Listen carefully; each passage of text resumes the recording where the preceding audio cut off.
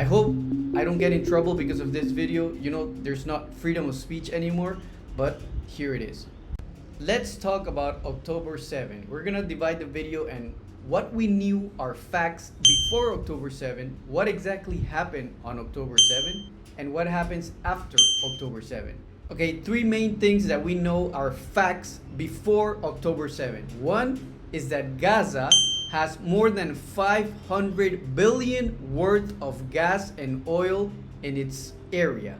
So it is very attractive to all the companies that need to extract gas and oil, etc. It's really, really attractive. You know how much $500 billion are? That's just too much money. Second fact, we know that Israel has imprisoned many Palestinian hostages, more than 5,000. This is before October 7.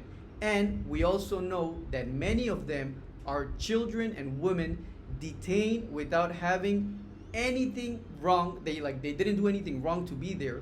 They have no trial, no judges or any rights for anything. They're just imprisoned, basically hostages. And third, we know that Egypt has a canal that pretty much controls the ships in that area. And it's a $8 billion business. So what if there was a second canal in that area? Maybe we can make one through Gaza. And then those $8 billion wouldn't just go to Egypt, but it could also go to whoever controls this new canal. This is called the Ben Gurion project. And it exists, the idea, before October 7.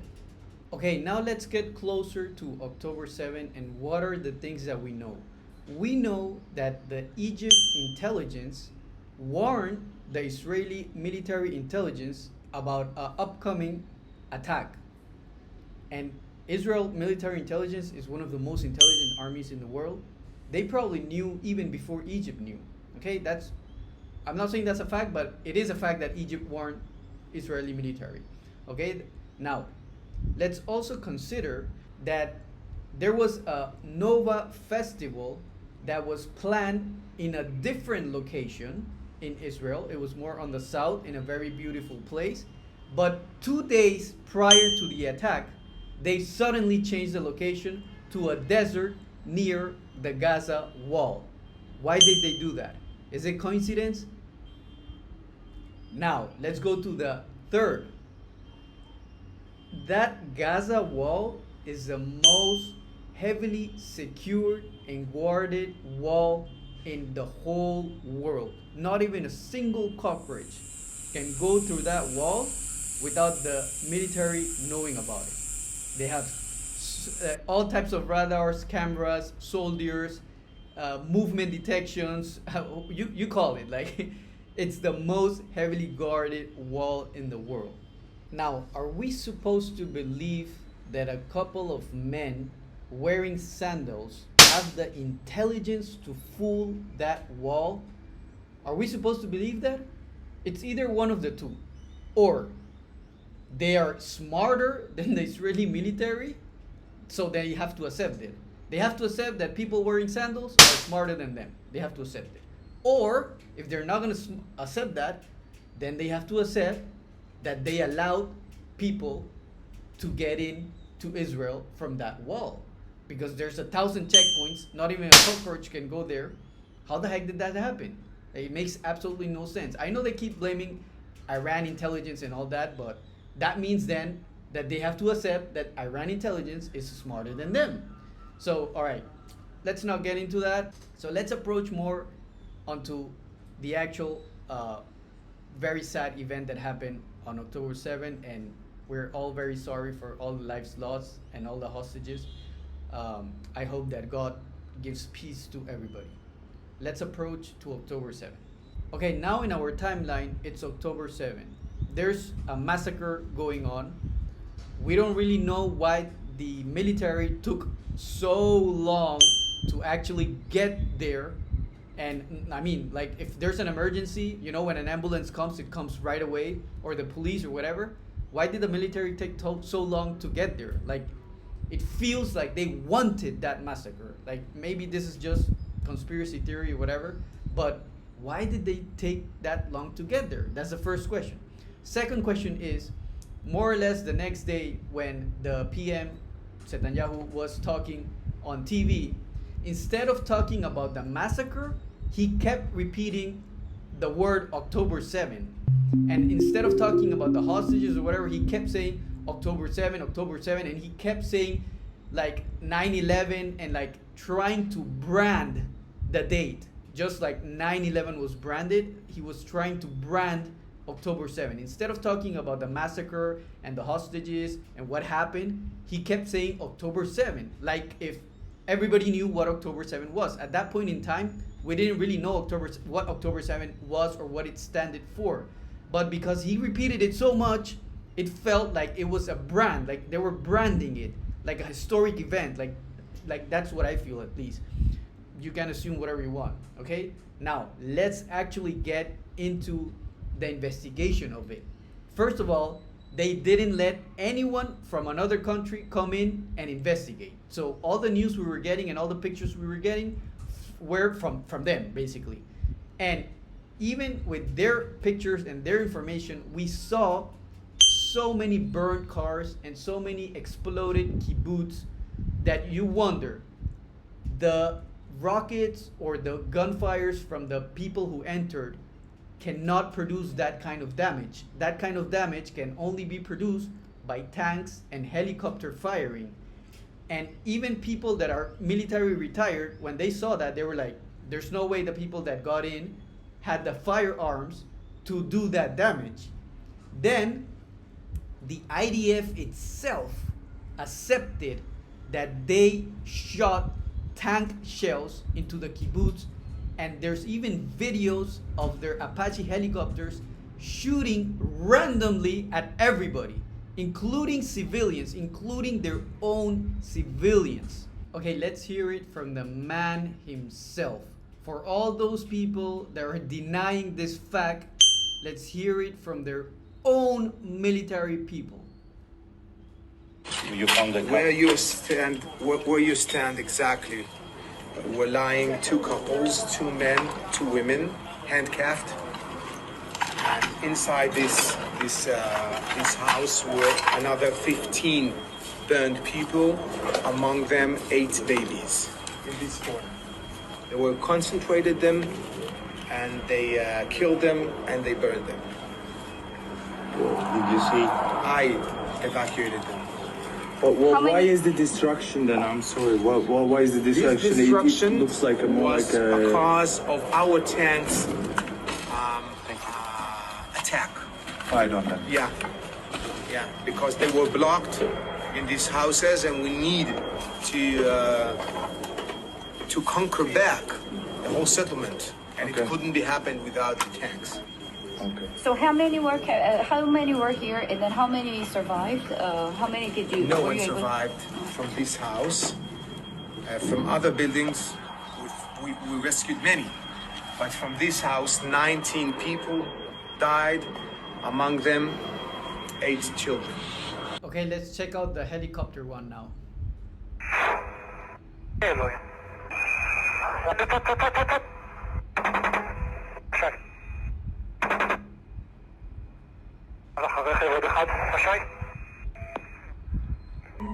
Why would they do that? They're saying that they got confused by the perpetrators, but I mean, dude, like everybody owns a drone nowadays. You can zoom in so much. You can right away have the intelligence to know who's the bad guy and who's the good guy. You saying that your fire by mistake kills civilians is just the stupidest thing I've ever heard in my life. And they even accepted killing their own people.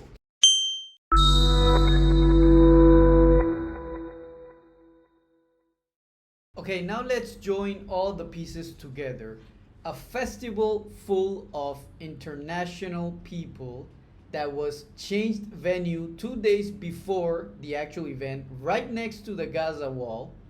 Second of all, they fired their own people, made it a whole massacre and a mess, so that it becomes of a greater event. So it becomes of a greater excuse to be able to invade Gaza. And let's not forget what Gaza means. Gaza means $500 billion worth of gas, and it also means that Netanyahu gets to do his dream, which is never allow a Palestinian independent state. He has said that from his own mouth many times before October 7th. So all the pieces are puzzling up together. And let's not forget the Ben Gurion Canal. Now, let's not forget also the 40 beheaded fake babies that even the President of the United States came on a press conference, said he had seen pictures and that really happened. And then his own government had to come out and say that really never happened, and the IDF has no evidence of that. But the question is, why did they do that? If they know it's fake news, why did they still say it? Why? Because they need the sympathy of the world to have an excuse to provoke war. Why? War is a huge multi-billion-dollar business. Selling arms, weapons, airplanes, tanks, shells, all that. It's a lot of money. And let's not forget the other things we said before about the gas in Gaza and all that stuff.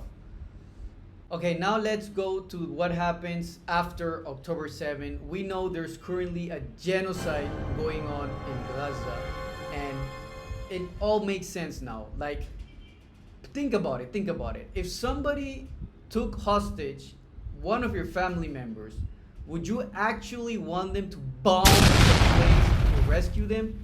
It makes no logistical sense. It's not about rescuing the hostages. It's about leveling Gaza. They just wanna conquer the whole thing. It makes total sense. Why would you block aid, food aid, to your own family? You can say whatever you want, that the bad guys are gonna take the aid, but if you don't deliver aid, your family members are gonna die. It's not about the hostages, man. It's not even about Hamas. It's about leveling Gaza and just conquering it for the many reasons that we have stated. I mean, it's so obvious to me. Like, this is all my opinion, of course. I presented as much facts as I can, and the rest is opinion, conspiracy, call it whatever you want, but it totally makes sense. Even when Zionism was created in 1890 or whatever, their whole mission was to conquer Palestine. From even then, even 100 years before October 7. So, like, guys, come on, man. Like, you guys used to control media before, but now it's a different story. Social media has changed the narrative, totally narrative. That's why we see now that they're trying to ban TikTok and they're trying to buy TikTok, and maybe this video will get me banned on this channel, but actually it's gonna be worth it, seriously. Like, I'd rather be on the right side of history than not. So I just hope this whole mess stops. I hope that the greed in the world stops. And I pray to God, please, peace. We need peace. We need the bad guys to stop doing what they're doing, and we need peace, for the love of God. And Gaza is about to be going into a hunger crisis and famine crisis. That is so sad, man. That is so sad. Gaza constitutes 80% of the world poverty right now, and we are seeing it in real time. It's just so ridiculous, so sad. Peace out.